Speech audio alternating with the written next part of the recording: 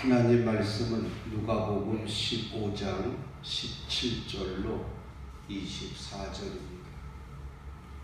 누가복음 15장 17절부터 24절의 말씀 제가 봉독합니다. 이에 스스로 돌이켜 이르되 내 아버지에게는 양식이 풍족한 품꾼이 얼마나 많은가. 나는 여기서 주려 죽는구나. 내가 일어나 아버지께 가서 이르기를 아버지, 내가 하늘과 아버지께 죄를 지었사오니 지금부터는 아버지의 아들이라 일컬음을 감당하지 못하겠나이다. 나를 품꾼의 하나로 보소서 하리라 하고 이에 일어나서 아버지께로 돌아가니라. 아직도 거리가 먼데 아버지가 그를 보고 측은히 여겨 달려와 목을 안고 입을 맞추니 아들이 이르되 아버지, 내가 하늘과 아버지께 죄를 지었사오니 지금부터는 아버지의 아들이라 일컬음을 감당하지 못하겠나이다 하나 아버지는 종들에게 이르되 제일 좋은 옷을 내어다가 입히고 손에 가락지를 끼우고 발에 신을 신기라. 그리고 살찐 송아지를 끌어다가 잡으라. 우리가 먹고 즐기자. 이 내 아들은 죽었다가 다시 살아났으며 내가 잃었다가 다시 얻었노라 하니 그들이 즐거워하더라. 아멘. 재산이 많아서 그 소유하고 있던 두 아들에게 재산을 남겨주는데 특히 첫째 아들은 아버지 곁에서 묵묵히 아버지를 잘 거들어주는 순종파였고 둘째 아들은 보다 나은 세계로 나아가고 싶은 욕망이 넘치는 사람이었어요. 그래서 자기의 뜻을 펼치고 싶은 마음에 자기에게 넘겨줄 유산을 미리 달라고 해서 자기가 원했던 세계로 나아갑니다. 그런데 가지고 나간 재산만 탕진을 하게 됩니다. 이제 더 이상 돈은 떨어지고 사람다운 생활을 할 수 없었던 둘째 아들은 돼지들이 먹는 쥐업 열매라도 얻어서 주름배를 채워보려고 했지만 그것도 그렇게 쉽게 얻을 수 있는 형편이 되질 못합니다. 그는 돼지우리 안에서 문득 고향을 생각합니다. 고향에는 아버지와 가족들이 있는데 고향 생각을 하다 보니까 갑자기 자리에 일어나 달려갑니다. 자, 둘째 아들이 집을 떠날 때는 조건을 가지고 떠났지만 지금 집으로 향해 달려갈 때 둘째 아들은 아무런 조건도 없이 달려가게 됩니다. 아들이 집에 도착하니까 성경의 아버지는 잃었던 아들을 찾았다, 죽었던 아들이 다시 살아왔노라 하면서 기쁘게 맞이해주고 잔치를 베풀어 줍니다. 탕자의 비유로 일컫는 말이에요. 또 잃어버린 것에 대한 비유 중에 하나가 바로 이 탕자 이야기예요. 그래서 많은 잃어버린 것들에 대한 드라크마라든가 이렇게 여러 가지 잃어버린 것에 대한 비유 중에 하나인데요. 새로운 것에 대한 기대는 우리 인간이 모두 경험을 하게 됩니다. 지나간 과거를 회상하는 것 역시 인간이 겪는 필수적인 현상이에요. 오늘 우리가 한 해의 마지막 주일을 하나님 앞에 나와 송년주일로 예배하는 날입니다. 살아온 횟수만큼 보내고 맞이한 시간들이 있습니다. 2019년도를 보내고 2020년도를 맞이했던 바로 1년 전, 아마 그때도 설레이는 마음으로 과거를 되돌아보고 새해를 준비했어요. 그렇게 수없이 보내고 맞이하고 보내고 맞이하고 경험했지만 또 되돌아보면 그렇게 크게 달라진 건 또 없는 것 같기도 합니다. 1년 동안 여러분들이 사용했던 수첩이라든가 또 1년 동안 보았던 달력을 바꾸는 것으로 한 해를 보냈노라 이렇게 말하기는 뭔가 좀 개운치가 않아요. 우리가 매일 봤던 해, 달, 바람 아직도 그대로 있습니다. 한 살 한 살 더해가는 나이가 자랑거리는 아니지만 또 나이가 어린 사람은요, 한 살 더 먹는 것에 대해서, 어른이 된다는 것에 대해서 설레움은 좀 아마 있습니다. 반대로 나이 드신 분들은 늙어가는 것에 대한 또 섭섭함으로 한 해를 마감을 합니다. 2020년도 한 해를 보내고 새해를 맞이하는 마지막 주일 송년주일, 이 시점을 통해서 우리가 어떻게 새해를 맞이할 것인가, 또 새해를 위하여, 새로움을 위하여 한 해를 정리한다고 하는 것은 진정 무슨 의미일까? 오늘 말씀을 통해서 한번 같이 은혜를 나누고자 합니다. 에베소서 4장 22절 이하에 보면 유혹의 욕심을 따라 썩어져가는 구습을 쫓는 옛사람을 버리라. 그래서 오직 심령으로 새롭게 되어 새 사람을 입으라 이렇게 말씀하셨습니다. 다시 말해서 새로 출발하는 것에 대한 기대보다는 지나간 시간에 대한 정리도 필요하다 이런 말씀입니다.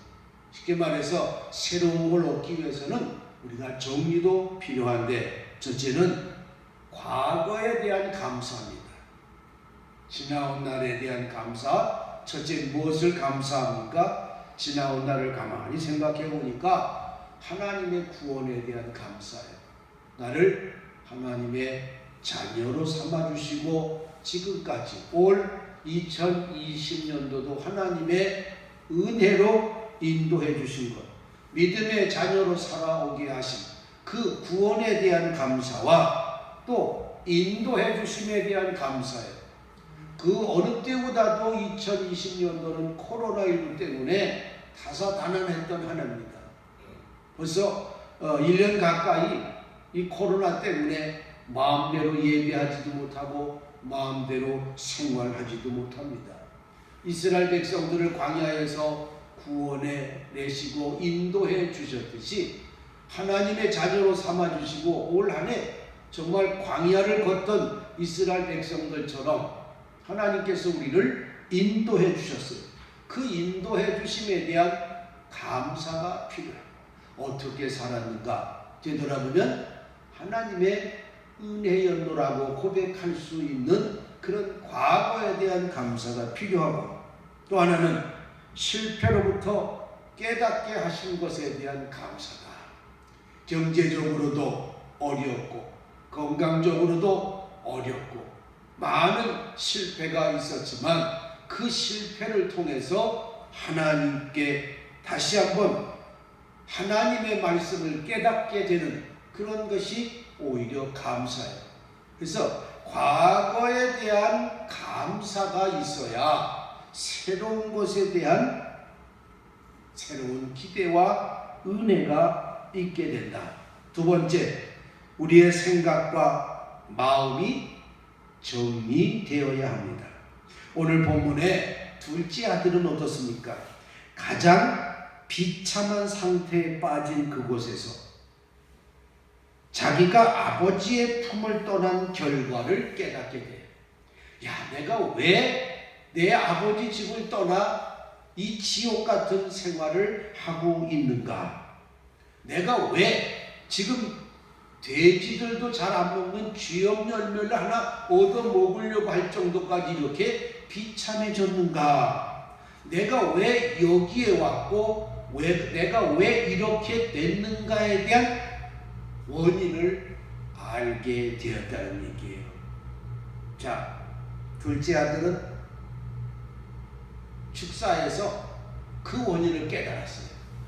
지난 한 해 동안 우리는 무엇을 위해서 바빴나? 바빠요, 바빠. 힘들어요, 힘들어. 무엇을 위해서 힘들었고 무엇을 위해서 그렇게 바빴나? 바빠서 교회도 못 옵니다. 바빠서 기도도 못 합니다.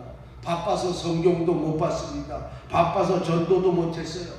올해는 코로나 때문에 모든 게 다 핑계가 되겠지만 아무튼 한 해 동안 내가 하나님의 자녀로서 추구했던 삶의 목표는 무엇이었나? 올 초에 여러분들이 목표를 가졌잖아요. 그 목표가 뭐냐 이거. 그리고 목표가 누구를 위한 것이었느냐.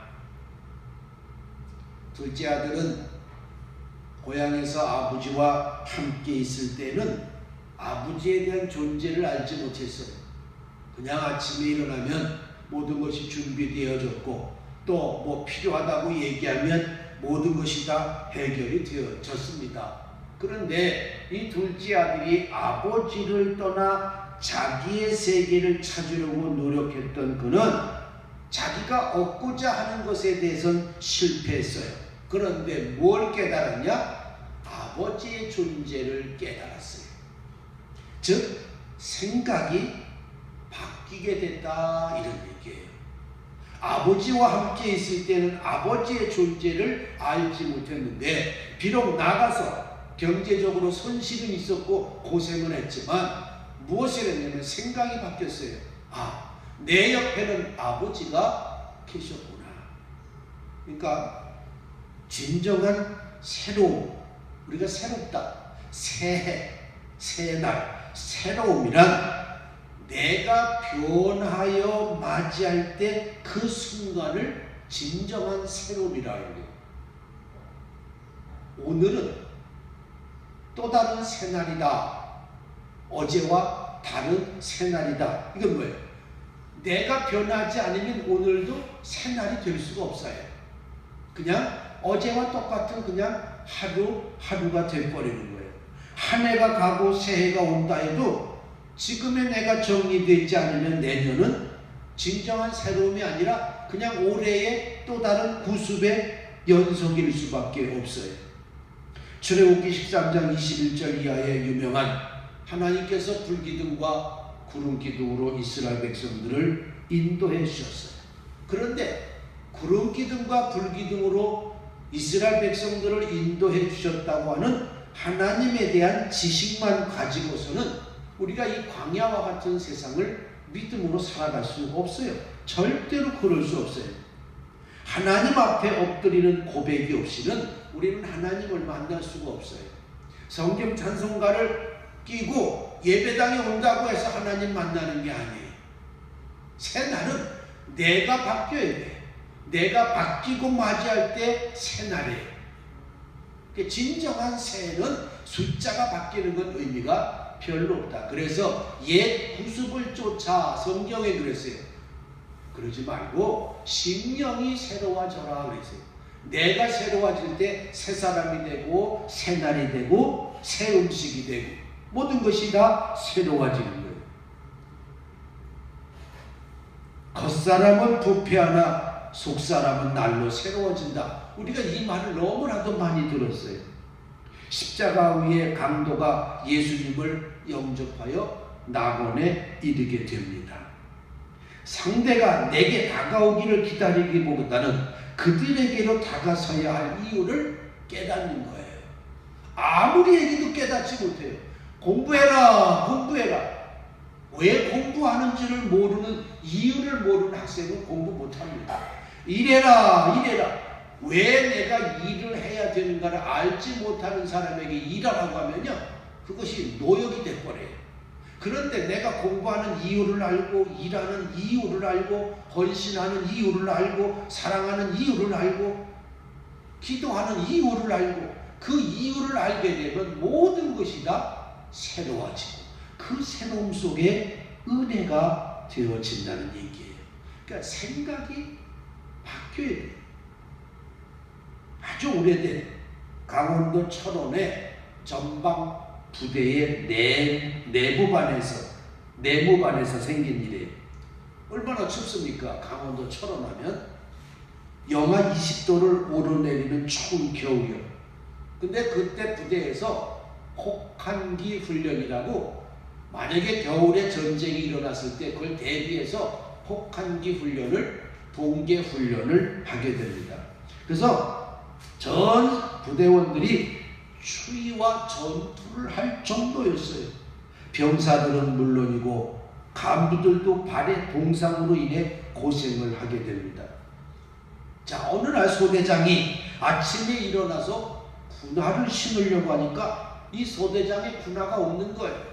침상에 놨던 자기 군화가 없는 걸 보고 소대장이 얼마나 화가 났겠어요. 짜증을 내면서, 야, 누가 내 군화 치웠어? 내 군화 어디 있어? 소리를 지릅니다. 그랬더니 그 내무반에서 같이 잠을 자던 병사들이 깜짝 놀라 일어나서 서로의 얼굴들만 쳐다봅니다. 이 소대장이 평소에 사병들한테 좀 좋지 않은 인상을 좀 줬어요. 그러니, 야, 이것도 새벽부터 한따까리 하는구나, 이것도 고생 좀 하겠구나 하고 서로들 쳐다보고, 소대장이 다시 한번 소리 지릅니다. 내 군화 어디 있어? 그랬더니 어느 상병이 자기의 침낭 속에서 소대장의 군화를 꺼내 들고 말합니다. 소대장님이 동상 때문에 고생하시는 것 같아서 밤새 침낭 속에 넣고 잤습니다. 이렇게 말하더니만 침낭 속에서 또 하나의 군화 한 켤레를 꺼냅니다.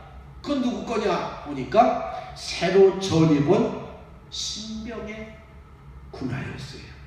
그 말을 들은 소대장의 눈가에 눈물이 맺히게 됩니다.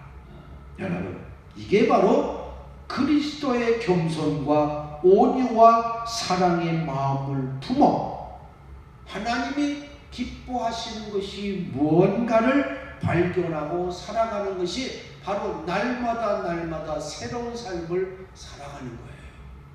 그러니까 생각이 바뀌지 않으면 오늘도 지옥이고 내일도 지옥이에요. 어제도 코로나, 올해도 코로나, 내일도 코로나, 내년도 언제까지 될지 몰라요. 이거는 그냥 코로나예요. 그러나 내 생각이 바뀌면 비록 환경은 같아도 매일 같은 날이 아니라 새 날이 된다는 얘기예요. 그 저는 365일을 맞이한다는 것은 하나님의 은혜예요. 지금 병상에 계신 분도 계시고 병원에 계신 분도 있고 어려운 분도 많이 계시고 하지만 어떻게 보면 우리가 할 수 있는 것이 아무것도 없어요. 어제도 아프고 오늘도 아파요. 아마 내일도 아플지 몰라요. 그런데 똑같은 아픔의 연속, 어떤 이는 실패의 연속, 내 생각이 변하면 그 아픔도 이길 수 있고 그 문제도 해결되어질 수 있다는 얘기예요. 이거 대단한 모험이거든요. 말을 듣지 않아가면서 예배한다. 이게 또 이제 유튜브로 나가서 누군가 클릭해서 이 설교를 들으면 뭐라고 할지도 모르겠지만 우리가 어렵게 이 예배, 물론 방역을 더 철저히 하고 인원을 제한을 했습니다만은 이게 쉽지 않은 시도예요. 그래, 환경은 이래도 하나님이 계셨구나.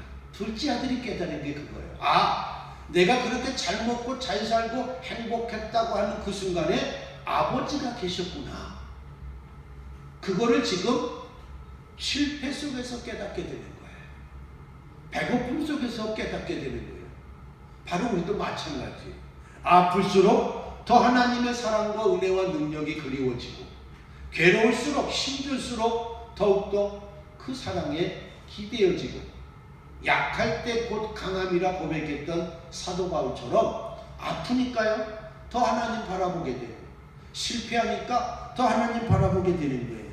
이게 바로 새로움을 맞이할 수 있는 사람의 자격이에요. 과거에 대한 감사가 있어야 되고 또 생각과 마음이 정리가 돼야 돼요. 그리고 세 번째, 생활이 정리되어야 됩니다. 생각이 바뀌면요 삶이 변합니다. 어리석은 생각은 우둔한 삶을 초래해요. 그러니까 생각을 잘 해야 돼요. 인간의 고민과 갈등은 있어야 할 자리에 있지 못하기 때문에 그래요. 자, 옳지 못한 일을 앞에 놓고 결정할 때 고민하고 갈등합니다. 왜요? 옳지 못한 일을 앞에 놓고 결정할 때 고민하고 갈등해요. 내 자리가 아니기 때문에 고민하고 갈등하는 거예요. 둘째 아들은 오늘 본문에 보면 아버지를 자기의 자리가 아닌 곳에 있었기에 나는 여기서 죽여 죽는구나 그랬습니다. 사람이 자기가 있을 자리에 있지 못하기 때문에 비극인 거예요. 내 자리가 어딘가. 행복한 사람은 자기 자리에 있는 겁니다. 우리가 2020년대를 되돌아보면서 저도 여러분도 또 적게는 많게는 나름대로 차이는 있지만 내가 잘못했구나. 이거는 좀 내가 잘못했구나. 이건 내가 어리석구나 하는 것이 있을 거예요. 다시는 그것이 반복되면 안 된다는 얘기예요. 같은 행동을 두 번 하면 안 돼요. 그건 우둔한 자가 되는 거예요.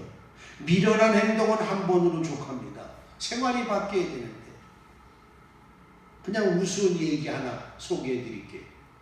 전남 화순 땅에 사는 농부가 있었는데 깊은 산중에서 밭을 갈다가 호랭이를 만났어요. 옛날이니까. 그리고 옛날 얘기예요.